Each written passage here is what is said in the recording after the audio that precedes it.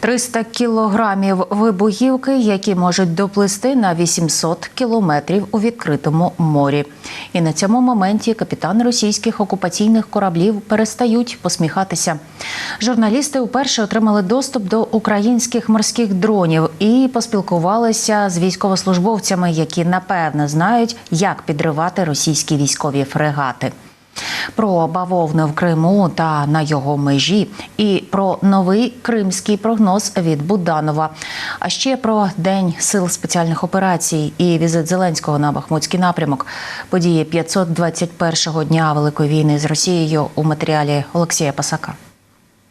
На межі з Кримом знову неспокій. Місяць тому переправа на Чонгарі вже отримала привітання від невідомих ракет. Але тепер нова прикрість. Херсонський гауляйтер Сальдо стверджує, вночі окупанти буцімто перехопили одразу 12 крилатих Storm Shadow, уламки від яких пошкодили залізничну переправу між окупованими півостровом та Херсонщиною. Які перспективи боїв за Крим? Вони досяжні. Принаймні, такий лаконічний прогноз журналістам ТСН дав чільник головного управління розвідки Кирило Буданов. Коли ми вже в Криму будемо? Скоро. Скоро це коли? А поки що у Криму знову тривога. Минулого тижня військові склади ворога вибухали після прильотів із повітря. А тепер, як повідомляють у ГУР, через диверсію злетів у повітря склад БК у Козачій бухті. В такому, нібито захищеному з усіх боків Севастополі.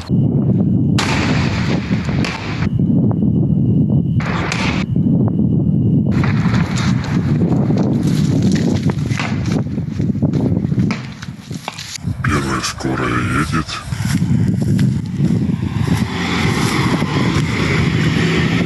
Есть пострадавшие по ходу. Росіянам не буде спокою ані на суходолі, ані в морі. Журналісти CNN отримали ексклюзивний матеріал. Першими у світі поспілкувалися з операторами українських морських дронів. Ці швидкісні сталеві акули б'ють ворога від жовтня минулого року. Саме тоді вони влучно атакували фрегат «Адмірал Макаров» та тральник «Іван Голубець». А потім продовжили атаки на інші кораблі та ворожі порти. Українські захисники розповіли, ці дрони повністю виготовлені в Україні, можуть прямувати на дистанцію до 800 кілометрів і нести на облавку до 300 кілограмів вибухівки. Журналісти CNN стверджують, саме такими дронами ЗСУ завдали останнього удару по Кримському мосту. Чи ефективна російська оборона проти цих дронів? Неефективна. Обладнання, яке вони мають на своїх кораблях, призначене для нападу на інші кораблі. Вони не можуть вразити такі малі безпілотники. Вони швидше за все, що є в Чорному морі. Російське обладнання з 20-го століття, а наше з 21-го. Між нами 100 років. Росіяни дізнаються про ціну і наслідки так званої спеціальної воєнної операції навіть посеред Чорного моря. А от приморська частина України тепер захищається від нових обстрілів ворога. В Об'єднаних силах оборони Півдня зауважили, посилили роботу ППО після останніх масованих атак на південні регіони. Вжито заходів для забезпечення максимальної роботи протиповітряної оборони і її максимальної ефективності. Тому будемо сподіватися, що вжиті заходи будуть досить ефективними, але спостерігаючи за тим, що ворог взяв певну паузу, можна зробити висновок, що готується до наступних атак за, можливо, новою якоюсь тактикою. Спостерігаємо, робимо висновки, збираємо розвідку. Хто має дані розвідки раніше, ніж про це дізнається ворог? Воїни сил спеціальних операцій відзначають свій день. Уже на 7-й рік від заснування ССО. Привітати бійців на передову приїхав президент України. Володимир Зеленський був на Бахмутському напрямку, слухав командування, нагороджував захисників і говорив про важливість роботи військових спецпризначенців. Народ України небагато чує про ССУ, тому що ви, як завжди, в дуже гарячих точках, а гучно і публічно про ваші операції. Не дуже багато говорять, але я вам хочу сказати, що всі знають, які хлопці в ССУ знають, що всі ви дуже героїчні, від вас багато всього залежить. Ви завжди на першій лінії фронту. А ще на першій лінії фронту оператори дронів, а надто оператори ударних FPV-безпілотників, які щодня мінусують вороже залізяче. Альфівці, бійці Центру спецоперації А Служби безпеки України відзвітували про роботу за минулий тиждень. Знищили 13 танків, 8 артсистем та 2 реактивні системи залпового вогню, системи ППО та радіоелектронної боротьби ворога. А ще дали прикурити навіть важкі вогнеметні системі «Санцепьок». Тепер настала його черга – пектись під гарячим українським сонцем.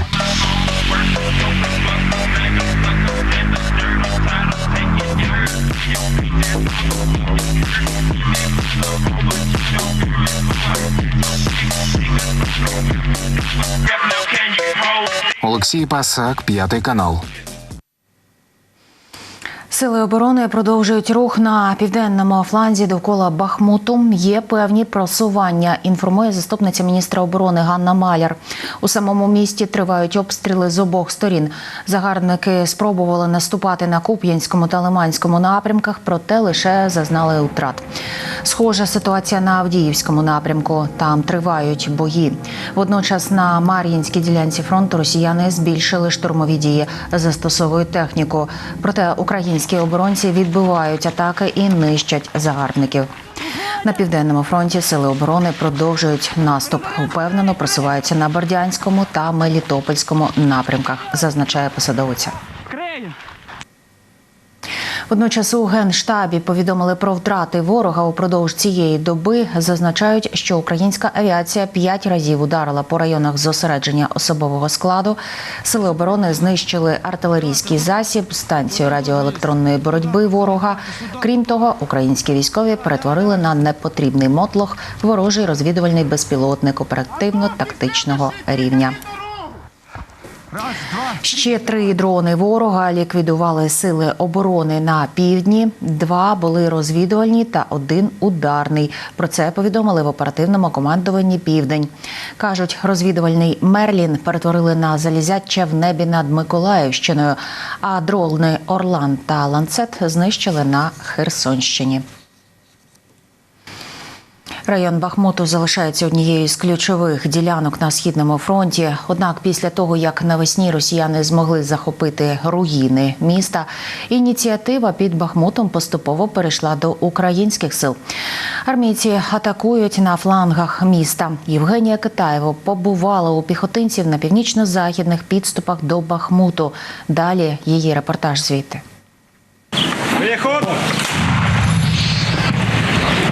Наші йдуть в наступлення, ми тоді прикриваємо нашу піхоту. Штурмують кацапи, ми тоді на враження б'ємо, щоб їх хоч відігнати від нашої піхоти.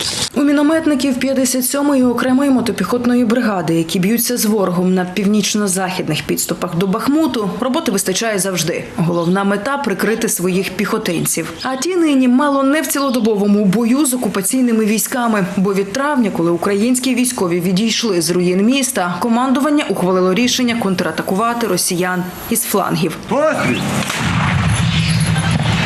Театр бойових дій на Бахмутському напрямку змінився. Ініціатива тепер в українського війська. І лінія фронту помалу сунеться на схід. Тепер українські воїни б'ються не за вулиці і будинки у місті, а за поля і посадки. Нас підготували, ми отримали завдання до штурму цієї посадки, до штурму цієї посадки. Тобто план і задум був командира бригади, тобто озвучений нам, тобто мені як командиру, де я вже вирішив тактичні якісь питання, і ми успішно реалізували. Командир підрозділу в деталях розповідає про штурм посадки, яку самі бійці називають «Ворота до Берхівки». За цей поки що окупований населений пункт точаться запеклі бої. Класичний був мотопіхотний бій, тобто в розгорнутому строю, вийшли в бойовому порядку, відпрацювала моя піхота, піхоти провели зачистку цієї посадки. Визначену ділянку фронту піхотинцям вдалося зачистити від ворога. Вцілілих росіян забрали у полон. Тепер тут замість вагнерівців воюють регулярні війська Федерації. Це не є фартом, це є злагоджена робота всіх. Є взаємодія, наприклад, тих же самих підрозділів бригади. Ми не одні. Щоб піхотинці під час бою відчували цю підтримку, мінометники підрозділу у своїй роботі не мають втоми. Кажуть, найголовніше, аби тільки був боєкомплект. Стараємося прикривати наших хлопців, які стоять спереду. Але й мінометний розрахунок не так далеко від передньої лінії окопів. Частіше за все хлопцям доводиться працювати під ворожим вогнем артилерії і мінометів.